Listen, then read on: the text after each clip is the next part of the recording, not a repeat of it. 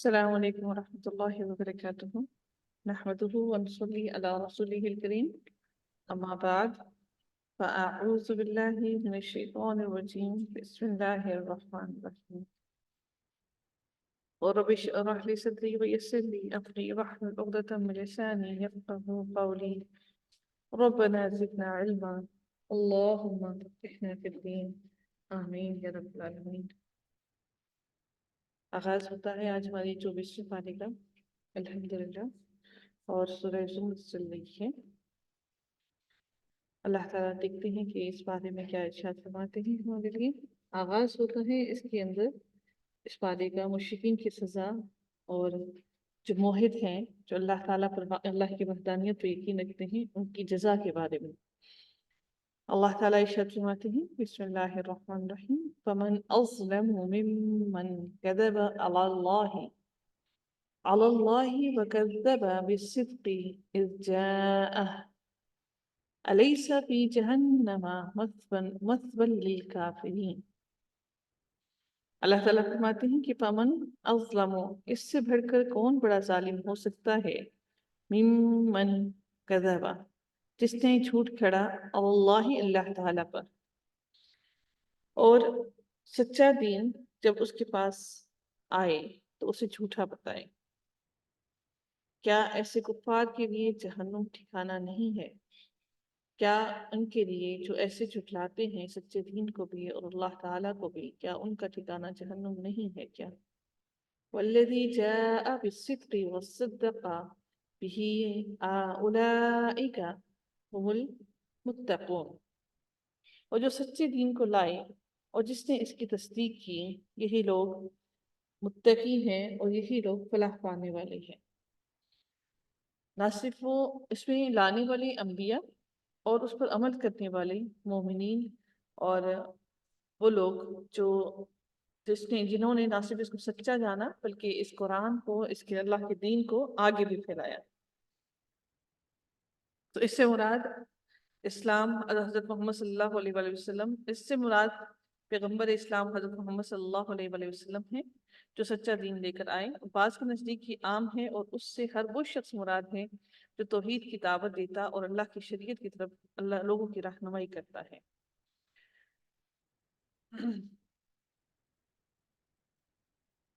ان کے لیے ان کے رب کے پاس ہر وہ چیز ہے جو وہ چاہیں۔ نیک لوگوں کا اللہ تعالیٰ ایسے ہی بدلہ دیا کرتا ہے تاکہ اللہ تعالیٰ ان سے ان کے برے اعمال کو دور کر دے، اور جو نیک کام انہوں نے کیے ہیں ان کا اچھا بدلہ عطا کرے۔ کیا اللہ تعالیٰ اپنے بندوں کے لیے کافی نہیں ہے؟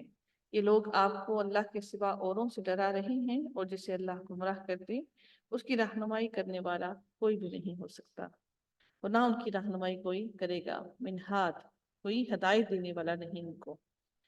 وَمَن يَهْدِ اللَّهُ فَمَا لَهُ مِن مُضِلٍّ، پھر اللہ تعالیٰ ارشاد فرماتے ہیں کہ اور جسے وہ ہدایت دے اسے کوئی گمراہ کرنے والا نہیں ہے۔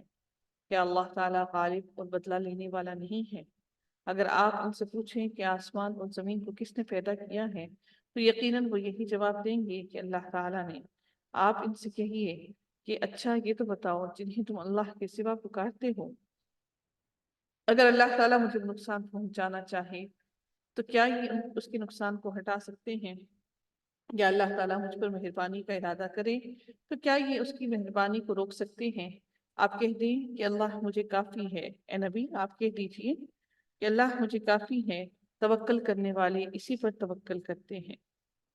حسبی اللہ علیہ یتوکل المتوکلون، ہمیں بھی اپنے ہر معاملے کے لیے اللہ تعالیٰ کو پر ہی توکل کرنا چاہیے۔ اسی طرح سے اللہ تعالیٰ نے نبی اکرم صلی اللہ علیہ وآلہ وسلم کو یہی کہا کہ آپ کے لیے کافی ہے اللہ تعالیٰ، اور آپ اسی پر توکل کیجیے، اور تمام توکل کرنے والے اللہ پر ہی توکل کرتے ہیں۔ کہہ دیجئے کہ اے میری قوم، تم اپنی جگہ پر عمل کیے جاؤ، میں بھی عمل کر رہا ہوں، ابھی ابھی تم بھی جان لو گے کہ کس کا عمل بہتر ہے اور اللہ تعالیٰ کس کی طرف لے کر جائے گا، کس عمل کو اللہ تعالیٰ فلاح عطا کرے گا، کہ کس پر رسوا کرنے والا عذاب آتا ہے اور کس پر دائمی مار اور ہمیشگی کی سزا ہوتی ہے۔ اللہ تعالیٰ کس کو عذاب مقیم، جو قائم رہنے والا عذاب ہے، اللہ تعالیٰ کس پر وہ عذاب قائم رہنے والا عذاب ان پر نازل کرے گا۔ اور ایک عذاب ہے کہ جس میں اللہ تعالیٰ ان کو رسوا بھی کرے گا، رسوائی کا عذاب اور قائم رہنے والا عذاب۔ پھر اللہ تعالیٰ ارشاد فرماتے ہیں کہ آپ پر ہم نے حق کے ساتھ یہ کتاب لوگوں کے لیے نازل فرمائی ہے، بس جو شخص راہ راست پر آ جائے اس کی اپنے لیے نفع ہے، اور جو گمراہ ہو جائے اس کی گمراہی کا وبال اسی پر ہے۔ آپ ان کی ذمہ دار نہیں ہیں، آپ کے ذمہ اس کے بارے میں کوئی سوال نہ ہوگا، آپ اس پر ہرگز ذمہ دار نہیں ہیں۔ اللہ یتوفی الانفس حین موتها والتي لم تمت فی منامها۔ اللہ کی روحوں کو ان کی موت کے وقت اور جن کی موت نہیں آئی انہیں ان کی نیند کے وقت قبض کر لیتا ہے۔ یعنی کہ ایک موت، دو موت کا ذکر کیا جا رہا ہے، ایک وہ جو ہمیشگی کی موت ہے، اور دوسری وہ جو روح کی نکلنے کے روح، یعنی کہ جب انسان سونے کی حالت میں ہوتا ہے وہ موت صغرا ہے، یعنی کہ وفات صغرا، جس میں چھوٹی موت، یعنی کہ انسان کو جب نیند آتی ہے تو اس کے بارے میں بھی بات کی جا رہی ہے کہ اللہ تعالی ہی روحوں کو ان کی موت کے وقت اور جن کی موت نہیں آئی انہیں ان کی نیند کے وقت قبض کر لیتا ہے۔ پھر جن پر موت کا حکم لگ چکا ہے انہیں تو روک لیتا ہے، یعنی کہ جن کی موت کا وقت مقرر ہو گیا اللہ تعالیٰ ان کی روحوں کو روک لیتا ہے اور دوسری روحوں کو ایک مقرر وقت تک کے لیے چھوڑ دیتا ہے۔ غور کرنے والوں کے لیے اس میں یقیناً بہت سی نشانیاں ہیں۔ کتنی بڑی بات، کتنی اہم بات اللہ تعالیٰ نے ہمیں بتائی۔ ہم ہر چیز کو سائنس کے پیچھے ڈھونڈنے کی کوشش کرتے ہیں، اور کچھ سوالوں کے جواب دینے کے لیے سائنس بھی آ رہی ہے، ابھی تک وہ بھی ان کی جوابات ڈھونڈنے میں کامیاب نہیں ہو سکی۔ اللہ تعالیٰ ارشاد فرماتے ہیں کہ کیا ان لوگوں نے اللہ تعالیٰ کے سوا اوروں کو سفارشی مقرر کر رکھا ہے؟ آپ کہہ لیجئے کہ وہ کچھ بھی اختیار نہ رکھتے ہوں اور نہ عقل رکھتے ہوں۔ کہہ دیجئے کہ تم سفارش کا مختار اللہ کے تمام سفارش کا مختار اللہ تعالیٰ ہی ہے، تمام آسمانوں اور زمین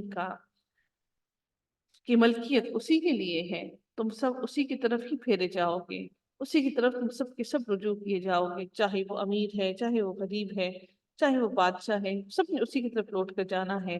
جب اللہ اکیلے کا ذکر کیا جائے تو ان لوگوں کے دل نفرت کرنے لگتے ہیں جو آخرت پہ یقین نہیں رکھتے، اور جب اس کے سوا اور کا ذکر کیا جائے تو ان کے دل کھل کر خوش ہو جاتے ہیں، وہ خوشخبری منانے لگتے ہیں۔ اذا ہم یستبشرون قل اللہم فاطر السماوات والارض۔ اے نبی کریم صلی اللہ علیہ وآلہ وسلم آپ کہہ دیجئے کہ اے اللہ، آسمانوں اور زمین کے پیدا کرنے والے، چھپے کھلے کو جاننے والے، تو ہی اپنے بندوں میں ان امور کا، ان معاملات کا فیصلہ فرمائے گا جن میں وہ آپس میں الجھ رہے تھے، جن میں وہ اختلاف کر رہے تھے، تو ہی ان کے درمیان میں ان باتوں کا فیصلہ فرمائے گا۔ وَلَوْ أَنَّ لِلَّذِينَ ظَلَمُوا مَا فِي الْأَرْضِ جَمِيعًا وَمِثْلَهُ مَعَهُ لَافْتَدَوْا بِهِ مِنْ سُوءِ الْعَذَابِ يَوْمِ الْقِيَامَةِ۔ اگر ظلم کرنے والوں کے پاس وہ سب کچھ ہو جو پوری زمین پر ہے، روئی زمین پر ہے، اور اس کے ساتھ اتنا ہی اور ہو، تو بھی بدترین سزا کے بدلے میں قیامت کے دن یہ سب کچھ دے دیں۔ یہ ساری کی ساری چیزیں بھی اگر وہ اللہ تعالیٰ کو دے دیں اور ان کے سامنے اللہ کی طرف سے وہ ظاہر ہوگا جس کا گمان بھی انہیں نہ تھا، جو کچھ انہوں نے کیا تھا اس کی برائیاں ان پر کھل جائیں گی، اور جس کا وہ مذاق کرتے تھے وہ انہیں آگ گھیرے گی، یعنی کہ وہ قیامت اور اس کا عذاب ان کو گھیر لے گا۔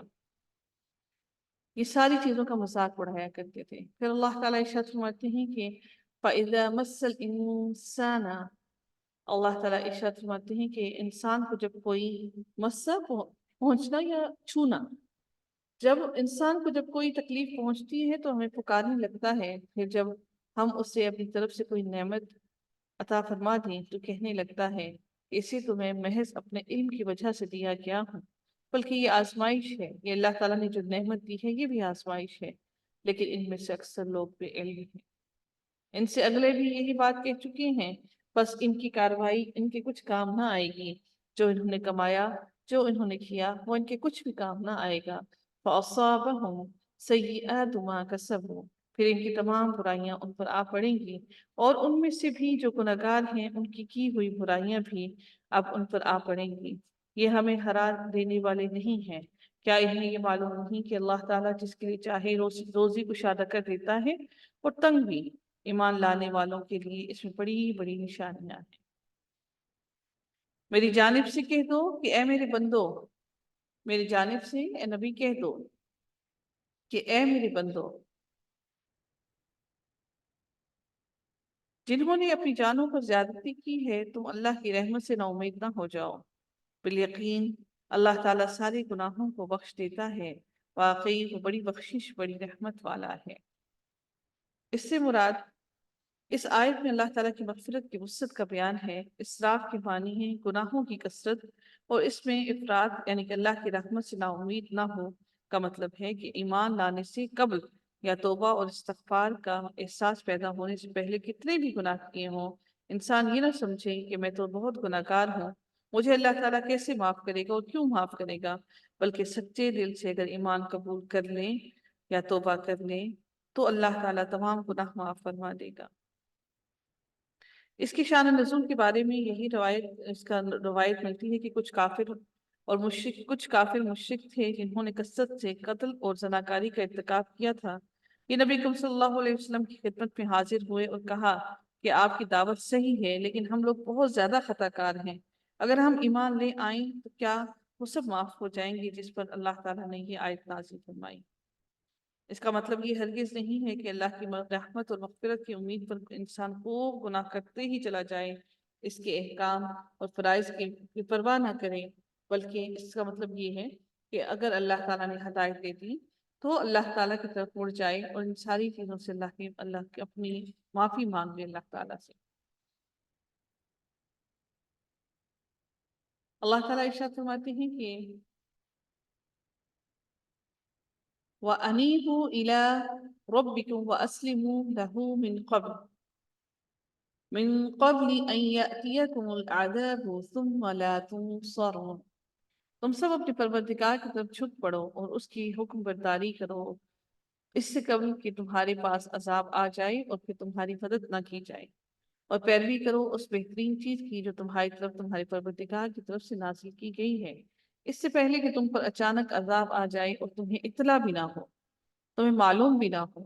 ایسا نہ ہو کہ کوئی شخص کہے ہائے افسوس اس بات پر کہ میں نے اللہ تعالیٰ کے حق میں کوتاہی کی، بلکہ میں تو مذاق اڑانے والوں میں ہی رہا اور میں تو مذاق ہی اڑاتا رہا، یا کہے کہ اگر اللہ مجھے ہدایت کرتا تو میں بھی ہدایت یافتہ لوگوں میں سے ہو جاتا، لیکن اللہ تعالیٰ نے مجھے ہدایت ہی نہ کی۔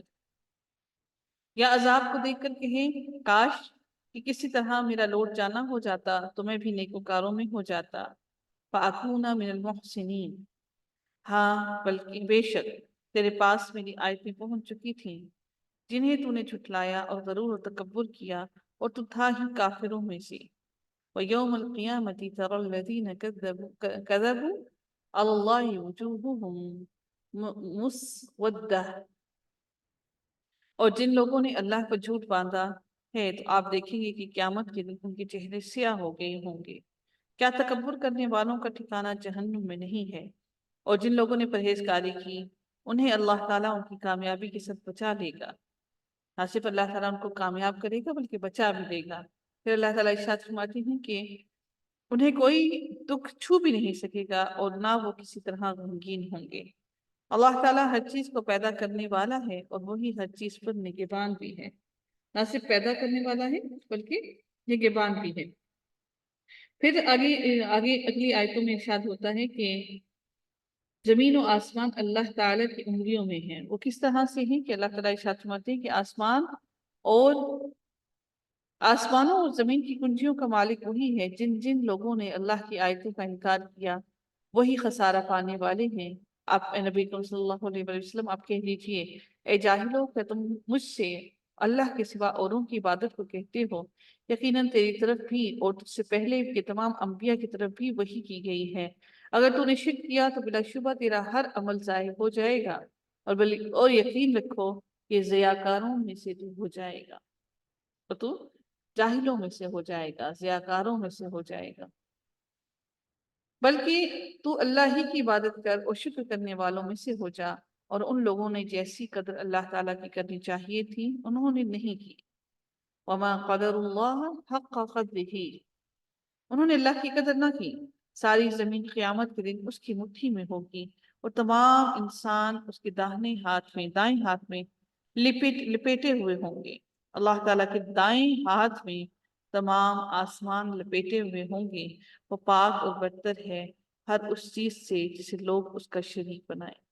اللہ تعالیٰ ان تمام آسمانوں کو، ان ساتوں آسمانوں کو اپنے دائیں ہاتھ میں لپیٹ لیں گے اور سور پھونک دیا جائے گا، بس آسمانوں اور زمین والے سب بے ہوش ہو کر گر پڑیں گے مگر جسے اللہ چاہے۔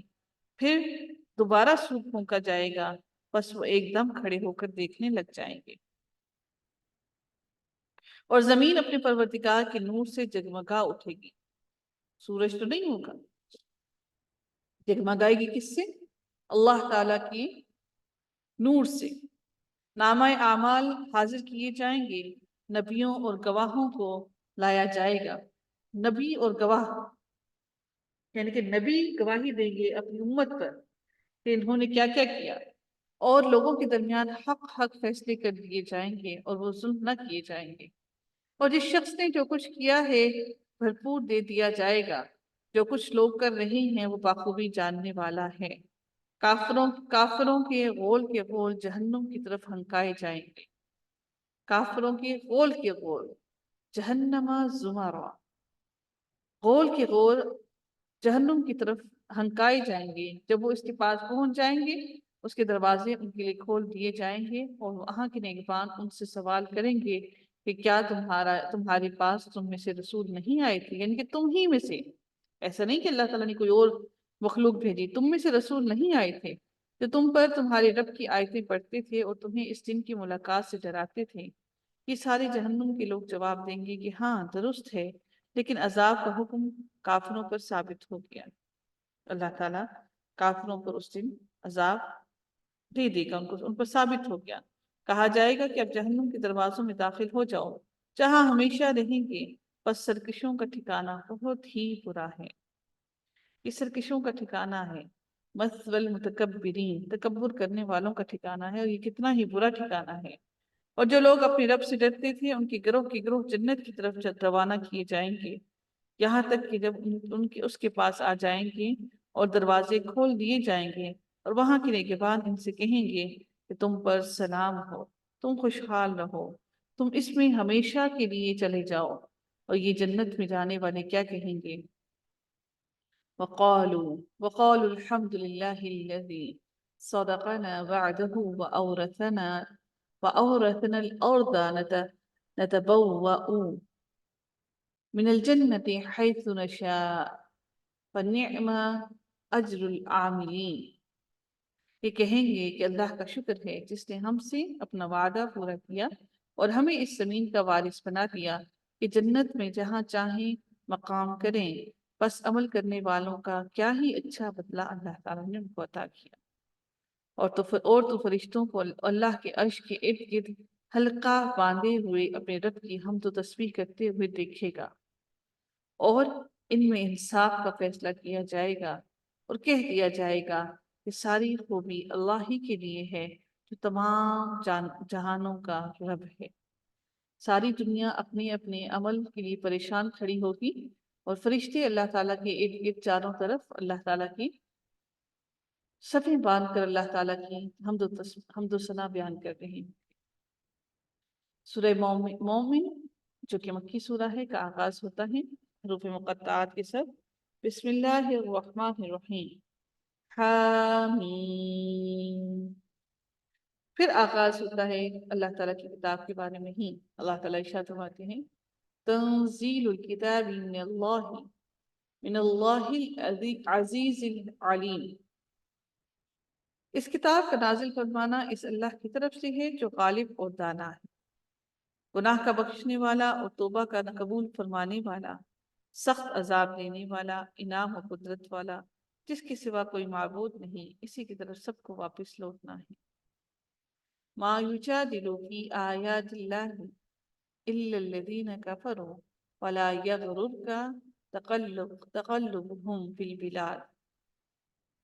اللہ تعالیٰ کی آیتوں میں وہی لوگ جھگڑتے ہیں جو کافر ہیں، بس ان لوگوں کو کا شہروں میں چلنا پھرنا آپ کو دھوکے میں نہ ڈالے کہ اللہ تعالیٰ نے ان کو اتنی فراوانی دی، رزق کی، اور اتنے مزے سے دنیا میں اللہ شہروں میں گھوم پھر رہے ہیں، اور آپ ان کے بارے میں دھوکے میں نہ ڈرے پڑے۔ قوم نوح نے اور ان کے بعد کے گروہوں نے بھی جھٹلایا تھا، اور ہر امت نے اپنے رسول کو گرفتار کر لینے کا ارادہ کیا کہ ان کو گرفتار کریں، ان کو ایذائیں پہنچائیں، تکلیفیں پہنچائیں، ان کو شہید کر دیں۔ یہ سب ہر قوم نے چاہا۔ پھر اللہ تعالیٰ ارشاد فرماتے ہیں پس میں نے ان کو پکڑ لیا، سو میری طرف سے کیسی سزا ہوئی، اور اسی طرح آپ کے رب کا حکم کافروں پر ثابت ہو گیا کہ وہ دوزخی ہیں۔ عرش کے اٹھانے والے الذين يحملون العرش ومن حوله يسبحون بحمد ربهم ويؤمنون به۔ اللہ تعالیٰ پھر ارشاد فرماتے ہیں کہ عرش کے اٹھانے والے اور اس کے آس پاس کے فرشتے اپنے رب کی تسبیح ہم کے ساتھ ساتھ کرتے ہیں، اور اس پر ایمان رکھتے ہیں، اور ایمان والوں کے لیے استغفار کرتے ہیں، کہتے ہیں کہ اے ہمارے پروردگار، تو نے ہر چیز کو اپنی بخشش اور علم سے گھیر رکھا ہے، بس تو انہیں بخش دے جو توبہ کریں اور تیرے راہ کی پیروی کریں، اور تو انہیں دوزخ کے عذاب سے بھی بچا لے۔ اے ہمارے رب، تو انہیں ہمیشگی والی جنتوں میں لے جا جن کا تو نے ان سے وعدہ کیا ہے، اور ان کے باپ داداؤں اور بیویوں اور اولاد میں سے بھی ان سب کو جو نیک عمل ہیں، یقیناً تو غالب اور باحکمت ہے۔ انہیں برائیوں سے بھی محفوظ رکھ۔ حق تو یہ ہے کہ اس دن تو نے جسے برائیوں سے بچا لیا اس پر تو نے رحمت کر دی، اور بہت بڑی کامیابی تو یہی ہے۔ بے شک جن لوگوں نے کفر کیا انہیں یہ آواز دی جائے گی کہ یقیناً اللہ کا تم پر غصہ ہونا اس سے بہت زیادہ ہے جو تم غصہ ہوتے تھے اپنی جیب پر، یعنی کہ اپنے آپ پر، جو تمہارے اندر اللہ تعالیٰ نے طاقت دی تھی تم غصہ کیا کرتے تھے جب تم ایمان کی طرف بلائے جاتے تھے، پھر کفر کرنے لگے۔ اللہ کا غصہ تم اس سے بھی زیادہ غصہ کیا کرتے تھے۔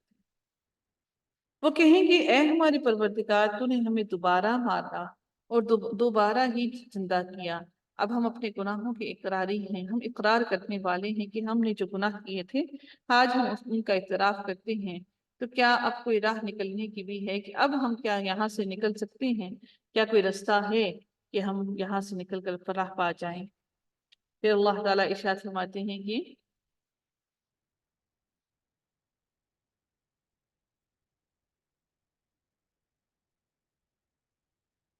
ذَلِكُمْ بِأَنَّهُ إِذَا دُعِيَ اللَّهُ وَحْدَهُ كَفَرْتُمْ۔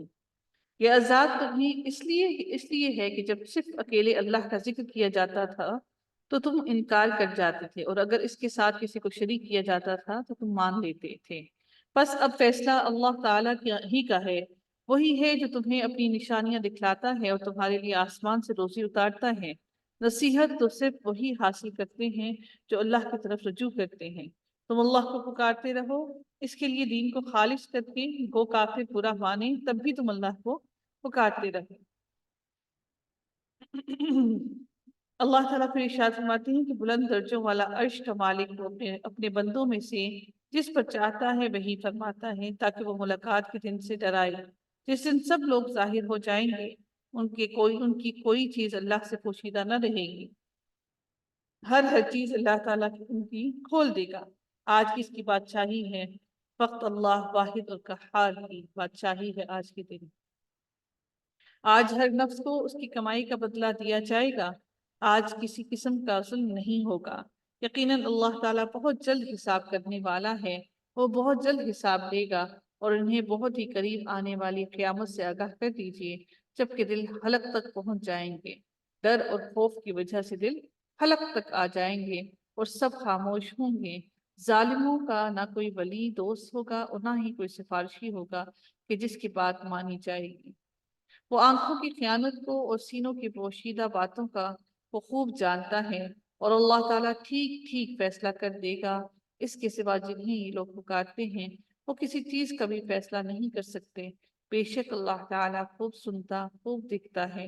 کیا یہ لوگ زمین میں چلے پھرے نہیں کہ دیکھتے کہ جو لوگ ان سے پہلے تھے ان کا نتیجہ کیسا کچھ ہوا؟ وہ باعتبار قوت اور طاقت کے اور باعتبار زمین میں اپنی یادگاروں کے ان سے بہت زیادہ تھے، بس اللہ تعالیٰ نے انہیں ان کے گناہوں پر پکڑ لیا اور کوئی نہ ہوا جو انہیں اللہ کے عذاب سے بچا لیتا۔ ان میں اللہ تعالیٰ گزشتہ قوموں کے قوم آثار قدیمہ کے بارے میں بیان کرتے ہوئے فرماتے ہیں کہ لیکن جب اللہ تعالیٰ کا عذاب ان قوموں پر آ گیا تو وہ سارے کے سارے کہیں پر بھاگ نہ سکے اور وہ کوئی بھی ان کو اللہ کے عذاب سے نہ بچا سکا۔ یہ اس وجہ سے ہوا،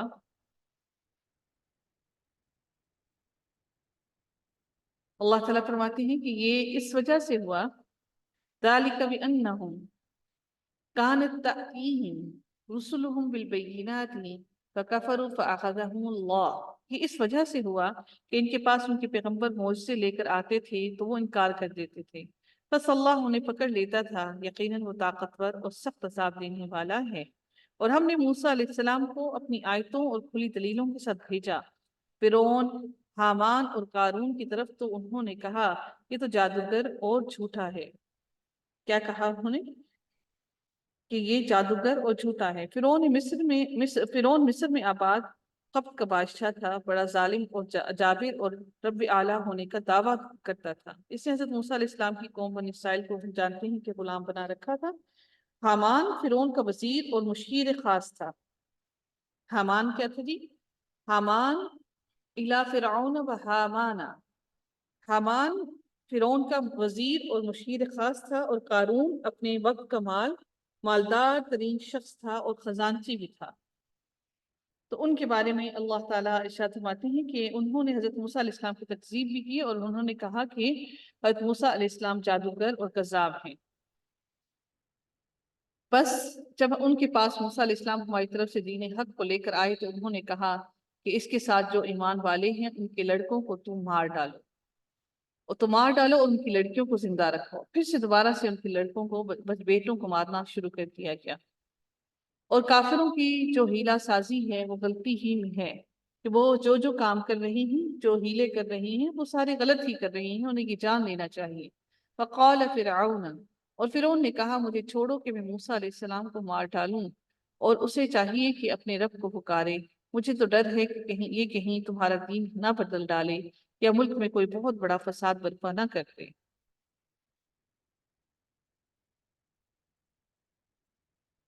موسیٰ علیہ السلام نے کہا میں اپنے اور تمہارے رب کی پناہ میں آتا ہوں ہر اس تکبر کرنے والے شخص کی برائی سے کہ روز حساب پر ایمان نہیں رکھتا۔ میں اس سے اللہ کی پناہ میں آتا ہوں۔ اور ایک مومن شخص نے جو فرعون کے خاندان میں سے تھا اور اپنا ایمان چھپائے ہوئے تھا، یعنی کہ اس نے ایمان اپنا بھی ظاہر نہیں کیا تھا، کہا کہ کیا تم ایک شخص کو محض اس بات پر قتل کرتے ہو کہ وہ کہتا ہے کہ میرا رب اللہ ہے اور تمہارے رب کی طرف سے دلیلیں لے کر آیا ہے؟ اگر وہ جھوٹا ہو تو اس کا جھوٹ اسی پر ہے، اور اگر وہ سچا ہو تو جس عذاب کا وہ تم سے وعدہ کر رہا ہے اس میں سے کچھ نہ کچھ تم پر آ پڑے گا۔ اللہ تعالیٰ اس کی رہبری نہیں کرتا جو حد سے گزر جانے والے اور جھوٹے ہوں۔ اللہ تعالیٰ ان کو کبھی بھی رہنمائی نہیں کرتا ان لوگوں کی۔ یہ وہ شخص تھا جس نے ایمان لایا تھا لیکن وہ چھپا ہوا تھا، مطلب ظاہر نہیں کر رہا تھا۔ یا قومی لکم الملک اليوم ظاہرین فی الارض، اے میری قوم کے لوگوں اگر تو بادشاہت تمہاری ہے کہ اس زمین پر تم غالب ہو، لیکن اگر اللہ کا عذاب ہم پر آ گیا تو کون ہماری مدد کرے گا؟ فرعون بولا میں تو تمہیں وہی رائے دے رہا ہوں جو خود دیکھ رہا ہوں، اور میں تو تمہیں بھلائی کی راہ ہی بتلا رہا ہوں۔ کہ فرعون نے کیا کہا کہ میں جس پر عمل کر رہا ہوں وہی بھلائی کی راہ ہے، کیونکہ میں تمہیں مال بھی دے رہا ہوں، اسباب بھی دے رہا ہوں، اور ظاہری طور پر میں ہی جابر اور میں ہی طاقتور ہوں۔ اس مومن نے کہا اے میری قوم کے لوگوں مجھے تو اندیشہ ہے کہ تم پر بھی ویسا ہی عذاب نہ آئے جو اور امتوں پر پہلے آ چکا ہے، جیسے امت نوح اور عاد اور سمود اور ان کے بعد والوں کا حال ہوا۔ اللہ اپنے بندوں پر کسی طرح کا حکم کرنا نہیں چاہتا، اللہ تعالیٰ اپنے بندوں پر کوئی ظلم نہیں کرنا چاہتا ہے۔ اور مجھے تم پر ہانک پکار کے دن کا بھی ڈر ہے، یعنی کہ جس قیامت کے دن تم لوگوں کو ہانک کر پکارا جائے گا، جس دن تم پیٹ پھیر کر لوٹو گے، تمہیں اللہ سے بچانے والا کوئی نہ ہوگا، اور جسے اللہ گمراہ کر دے اس کا ہادی، اس کا مددگار، اس کو ہدایت دینے والا ہرگز کوئی نہ ہوگا۔